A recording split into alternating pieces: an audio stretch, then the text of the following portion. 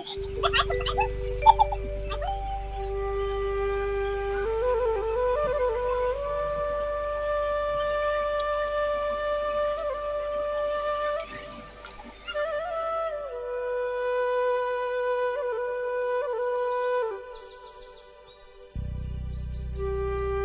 Morning, আবারও চলে এসেছি নতুন দিন নতুন একটা ভিডিওর সাথে। Welcome back to my channel Aparna নতুন ব্লগে তোমাদের সবাইকে স্বাগত। হ্যালো আমার প্রিয় বন্ধুরা, সবাই কেমন আছো? আশা করছি যে যেখান থেকে যেভাবেই ভিডিওটা দেখছো না কেন, আশা করছি সবাই ভালোই রয়েছে, ভালো থেকো এটাই কামনা করি। আমিও তোমাদের ভালোবাসাতে, তোমাদের আশীর্বাদে ভালো থাকার চেষ্টা করছি এবং ভালো রয়েছি। আমার বাড়ির এক একজন এক এক রকম সদস্য, জানো তো। আমার বাড়ির এক একজন কি বলবো, তো হাসবো না কাঁদবো না কি বলবো তোমাদের, কিছুই মানে বলে উঠতে পারছি না। দেখেছো এই পাখিটার কি অবস্থা? ওকে খেতে দিচ্ছি, ওর আবার কিসের রাগ হয়ে গেছে, কিসের চার হয়েছে, ওর আবার মান ভাঙাতে হবে। মেন কি বলতো, সকাল আর যে ওকে পরিষ্কার পরিচ্ছন্ন করেছিলাম, ও খেতে দেওয়া হয়নি, ঠিক আছে। আর গভীর রাত থেকে এত চেঁচামেচি করছিল, কিছু বুঝতে পারি না। অনেক রাত্রে উঠে ওকে একটা ভেন্ডি দিলাম, খেতে দিলাম, যে কি খাবি, তোর খিদে পেয়েছে, এত চেঁচাচ্ছিস কেন, কি হয়েছে বল।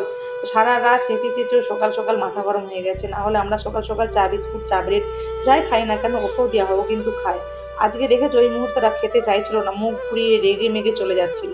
ওটা একটু ক্যাপচার করলাম, ভালো লাগলো। তো আমরা তো হাসাহাসি করছিলাম, বলাবলি করছিলাম, সেই জন্য বললাম যে একটু বন্ধুদেরকেও দেখানো যাক, হাসি তো বাইর হলো একটা। দেখো আমাদের যাদের কথা বলতে পারি, আমরা যে এই জীবন্ত পাবলিকগুলো, আমরা যে বেঁচে থেকে দেখে চোখে দেখতে পাই, কানে শুনতে পাই, মুখে বলতে পারি, তারপরেও কত কিছু ভুল করি, ঠিক আছে। এই বেচারিগুলো তো কিছু বলতেও পারে না, রাগ হচ্ছে কি গোসা হচ্ছে কি হচ্ছে কিছুই বলতে পারছে না। আমরা তো বুঝতেও পারছি না, কিন্তু বুঝে নিতে হবে। ওরা কচি বাচ্চা, ছোট ছোট বাচ্চাগুলো কেমন করে, সেই রকম একটা ব্যাপার। যে অনেক দিন পালিত করছি, মানে পুষছি, অনেক দিন ধরে বাড়িতে রয়েছে, ওর কি ব্যাপার কি বৃত্তান্ত বুঝতে পেরেছি। পরিষ্কার পরিচ্ছন্ন বললাম দাঁড়া তোর খেতে দিচ্ছি। তো এবার কোন দিকটা যাব, ওকে সেবা যত্ন করবো না ছেলেদেরকে দেবো, স্কুলের দেরি হয়ে যাচ্ছে, কি বলবো। দুটো হাত নিয়ে যে কি করতে হয় সকাল সকাল, নাজেহাল হয়ে যায়, নাজেহাল। আর কেউ যে দেখবে একটু, কারো অত বুদ্ধি নেই। যতক্ষণ না আমি করি, যতক্ষণ না ওদেরকে চেঁচিয়ে বলছি, তার আগে কেউ কিছু করার নেই। যাক চলো দেখতে থাকো ভিডিওটা। আশা হচ্ছে খেতে দিতে দেরি হয়ে গেছে বলে ও খাচ্ছিল না। তারপরে কিছুটা টাইম পরে দেখলাম টুকুস করে খাচ্ছে। ওর দিকে তাকিয়েছিলাম বলে ওর রাগ হচ্ছিল। আমরা চোখটা একটু ঘুরিয়ে নিলাম, যেমন একটা হয় না আমাদেরই মধ্যে কেউ রেগে গেলে কাছে বসে থাকলে কথাও বলবে না, খাবেও না, সেগুলো দূরে চলে যাও ঠেসে টুক করে, মানে কতক্ষণে আমরা পালিয়ে যাবো সেই অপেক্ষায় থাকে। তো সেই হয়েছে ওরও ব্যাপার। ও মানে মানুষ না বলেও কিন্তু মানুষের মতো হারকতটা করে কিন্তু, ঠিক আছে। যেই মাত্র আমরা সরে গেলাম, একটু আড়াল হয়ে গেলাম, আর লুকি দেখছিলাম, কিন্তু দেখলাম যে টুকটুক করে এসে খাচ্ছিল, ঠিক আছে। তো সেই মুহূর্তটার কাছে ফোনটা ছিল না, নাহলে ক্যাপচারটা করে নিতাম। যাক দেখো সকাল সকাল ব্রেকফাস্টে কি তৈরি করেছি, পরোটা। আর রাত্রে যে মন্দিরে গিয়েছিলাম, কালকে যে মন্দিরে গিয়েছিলাম রামনবমী, সে রামনবমীর মিষ্টি আর আলু একটু চচ্চড়ি করেছিলাম, চা, ব্যাস এইসব করে সকাল সকালে ব্রেকফাস্টটা হয়ে গেছে। আর এখানে এই আমার এই মহারাজ, ও কি করছে দেখো, এই হোয়াইট জুতো, হোয়াইট মোজাগুলোকে নিয়ে পরিশান হয়ে যায়। এত হোয়াইট মোজা কিন্তু অনেকই রয়েছে, কিন্তু ওগুলোকে আর কেচে পারি না, এত নোংরা করে ফেলে, এত বুটগুলোকে নোংরা করে আসে, কি বলবো। আর এইসব বুট দেখো ডেলি পার ডে তো কাচা যায় না, সপ্তাহে 2 দিন এই জুতোটা পরতে হয়। সব দিন তো আর কাচলে তো বুটটা নষ্ট হয়ে যাবে, জুতোগুলো নষ্ট হয়ে যাবে। ওকে বললাম তুই নিজে লেস বাঁধ, সব কিছুটা যখন করতে পারিস, তোকে এইটাও লেসটাও বাঁধবো। অবশ্যই লেসটাও বাঁধতে পারে।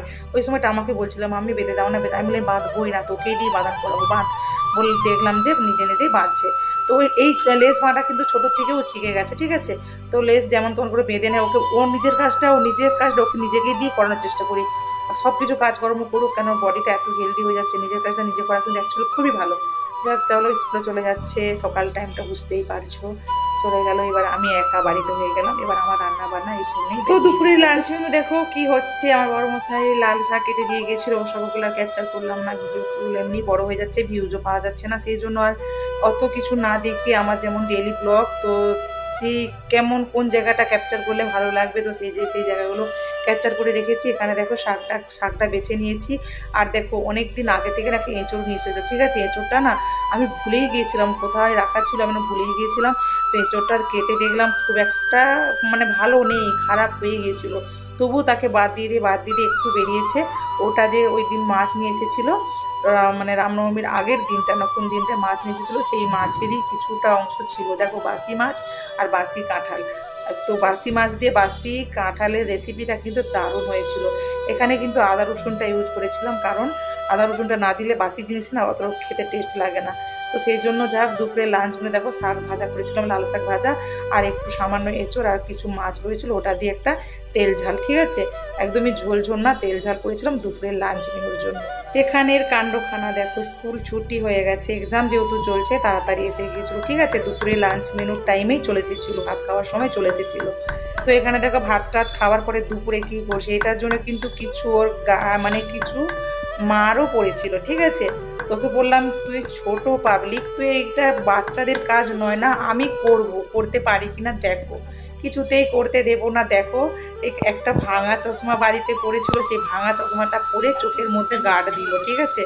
তো ওকে বলছি তুই ভাঙা চশমাটা পরে কেন করছিস, ঠিক আছে তুই ভাঙা চশমাটা পরে করছিস যখন, আমি একটু ক্যামেরা বন্দি করেই নি, তুই অ্যাক্টিংটা কর বললাম। কিছুতেই এরা ক্যামেরার সামনে কোনো মতে আসতে চায় না, কোনো মতেই আমাকে দেখাতেই দিচ্ছিল না। তার আগে তো আমি দুটো ঝাপড় দিয়েছিলাম, এইটা কেন করবি, এটা তো বড়দের কাজ, হাতে লেগে যাক, চোখে কিছু দানা ঢুকে যায়, পড়াশোনার স্টুডেন্ট, তারপরে ছোট বাচ্চা, চোখে কিছু চলে গেলে কি অবস্থা, সে বড়দের কাজ বড়রা করুক না, আমি করব। তুমি অনেক দিন থেকে মশলা পিসতে পারো না, আর দেখো আমরা বাঙালি, আমাদের সত্যি শিলনোড়ায় মশলা পিসে খাওয়া একটা অভ্যাসে পরিণত হয়ে গেছে 1 নম্বর। আর শিলনোড়ায় মশলা পিসে রান্নাবান্নাটা কিন্তু দারুণ টেস্টও লাগে। মিক্সি যতই থাক না কেন, অত সুবিধাবাজি কাজ একটা, কিন্তু মিক্সির থেকে কিন্তু হাতে যে পিসে রান্নাটা করা হয় না, সেটার টেস্ট কিন্তু দারুণ হয়।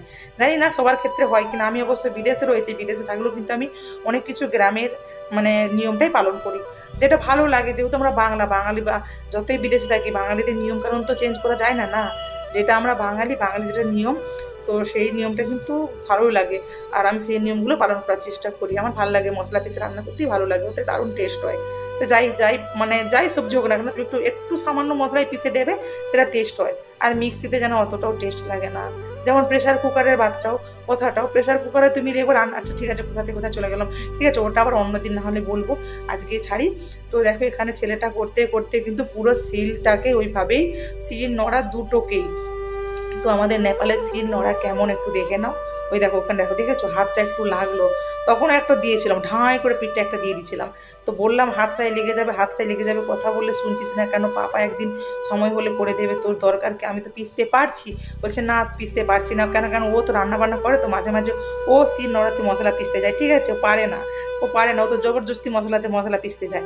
আমি করে দেবো না যখন বলবো, তখন জবরদস্তি পিষতে যাবে, সেই জন্য ওটা নিয়ে বসে পড়লো। কি করবে, কিছু তো একটা করতে হবে না।